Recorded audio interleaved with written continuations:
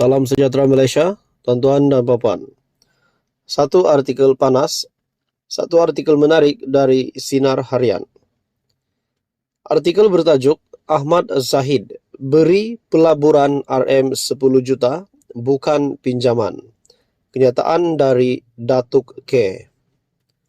Ahli Perniagaan Datuk Seri Khalid Muhammad Jiwa memberitahu Mahkamah Tinggi di sini pada Isnin bahawa dana RM10 juta daripada Datuk Seri Dr. Ahmad Zahid Hamidi kepada ahli perniagaan Datuk Wasi Khan bukan berbentuk pinjaman, sebaliknya pelaburan. Saksi pembelaan ke-8, Khalid, 64 tahun, yang lebih dikenali sebagai Datuk K, berkata demikian ketika prosiding bela diri kes pecah amanah, rasuah dan pengubahan wang haram puluhan juta ringgit dana milik Yayasan Akal Budi membabitkan timbalan Perdana Menteri itu. Suami penyanyi terkenal tanah air, Datuk Seri Siti Nurhaliza Tarudin itu berkata, Ahmad Zahid membantu menyediakan dana berkenaan kepada syarikat Armada Holdings Sendirian Berhad untuk membida tender pembekal arang batu kepada Tenaga Nasional Berhad TNB. Menurutnya, sekitar tahun 2015, Wasi Khan alias Wasiyu Zama Israr bertemu dengannya menyatakan hasrat untuk menubuhkan satu syarikat pembekalan arang batu di Indonesia. Syarikat berkenaan memerlukan modal berbayar RM10 juta untuk memenuhi syarat minimum sebagai syarikat pembekal atau kontraktor di bawah TNB. Beliau telah menyatakan hasrat supaya Ahmad Zahid campur tangan dan meminta TNB mengurangkan jumlah modal berbayar kepada RM5 juta sahaja, katanya ketika membaca pernyataan saksinya di hadapan hakim, Datuk Colin Lawrence Siqueira, kini Hakim Mahkamah Rayuan. Bagaimanapun, Khalid berkata Presiden UMNO itu tidak berbuat demikian kerana campur tangan dalam urusan dan polisi yang telah ditetapkan oleh TNB merupakan satu kesalahan. Khalid berkata pada akhir perbincangan, Ahmad Zahid bersetuju untuk terlibat dengan membantu menyediakan dana sebanyak RM10 juta sebagai dana pelaburan. Menurutnya, tujuan asal pertemuan itu bukannya untuk meminta wang, tetapi Ahmad Zahid dengan rela hati tanpa diminta menyatakan untuk melabur. Bagi tuduhan pecah amanah, pemimpin UMNO itu didakwa sebagai ejen iaitu pemegang amanah Yayasan Akal Budi dan dalam kapasiti itu diamanahkan dengan wang RM10 juta melakukan pecah amanah iaitu dengan curangnya memberi pinjaman kepada Armada Holdings. Khalid memberikan keterangan bagi Ahmad Zahid yang berumur 70 tahun yang dibicarakan dengan 47 pertuduhan iaitu 8 tuduhan rasuah, 12 pecah amanah dan 27 pengubahan wang haram membabitkan dana Yayasan Akal Budi. Tuan-tuan dan puan yang amat dihormati sekalian, baru-baru ini tular kononnya terdapat beberapa ahli parlimen barisan nasional yang akan meletakkan jawatan untuk memudahkan ataupun untuk supaya pilihan raya kecil akan diadakan sekiranya mereka melepaskan jawatan sebagai ahli parlimen. Dan kononnya spekulasi ini, gerakan ini, ahli parlimen yang meletakkan jawatan itu akan meminta bantuan PN dan PN akan menang di kesemua pilihan raya kecil ini dan seterusnya untuk membentuk kerajaan baru lagi. Nah, saudara-saudara, satu ulasan dari syahbudin.com, tidak mungkin ada ahli parlimen BN berani letak jawatan.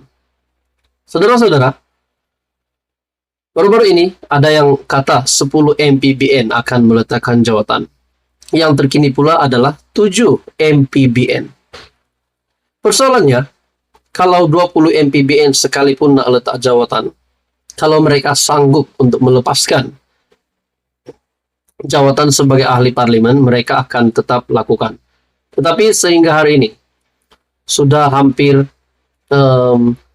setahun Nah, dari bulan 11 sehingga bulan Agustus belum ada pun yang nak letak jawatan.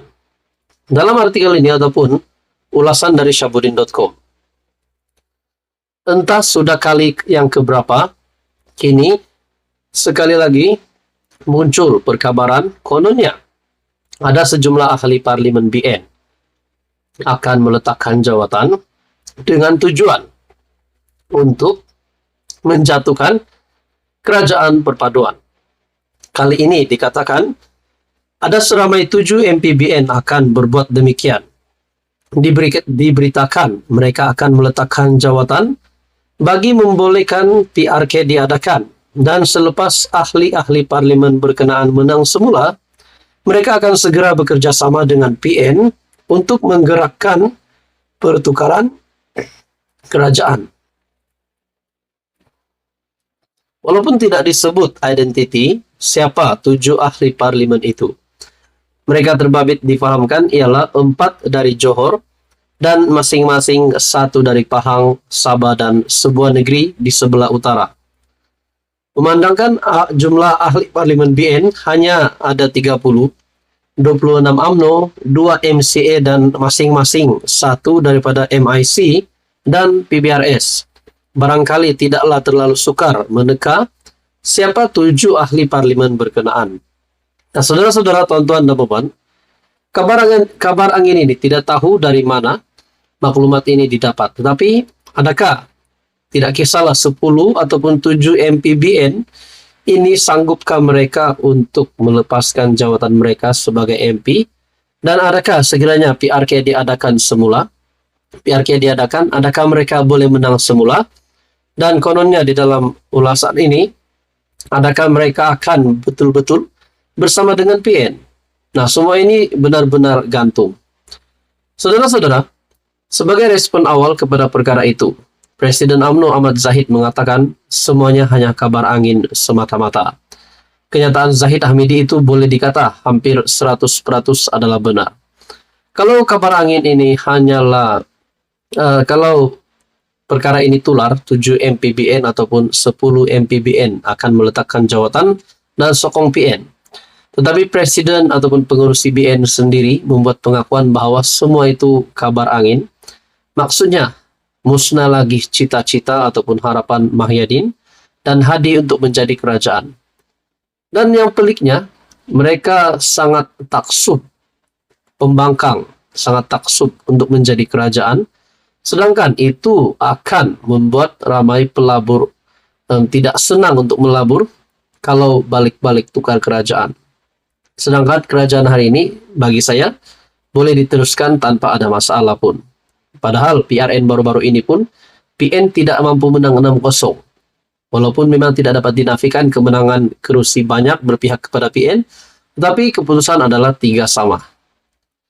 Dalam ulasan ini lagi, ahli-ahli parlimen berkenaan bukan saja masih sayang dengan status ahli parlimen masing-masing, malah mereka juga takut kalah jika bertanding semula.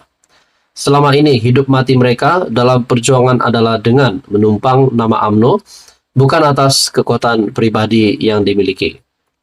Pada akhir ulasan ini, sebaik berakhirnya PRN, banyak kerja harus mereka lakukan untuk memberi cabaran yang benar kepada PHBN dan Kerajaan Perpaduan dalam PRU 16. Ini adalah untuk PN. PN juga sebaik-baiknya tidak usah terpedaya dan memasang angan-angan lagi mahu menjatuhkan kerajaan di pertengahan penggal atau melalui tebuk atap sebagaimana dilakukan pada 2020. Lupakan sajalah cerita-cerita mahu menjadi kerajaan dengan cara bukan melalui pilihan raya. Dalam apa juga perkara yang diimpikan, ia terlalu sukar menjadi kenyataan kalau tanpa disertai dengan keberanian menurut Syahbudin Husin. Saudara-saudara, apa komen Anda berkaitan dengan ulasan ini? Teruskan bersama di dalam channel ini untuk info yang seterusnya.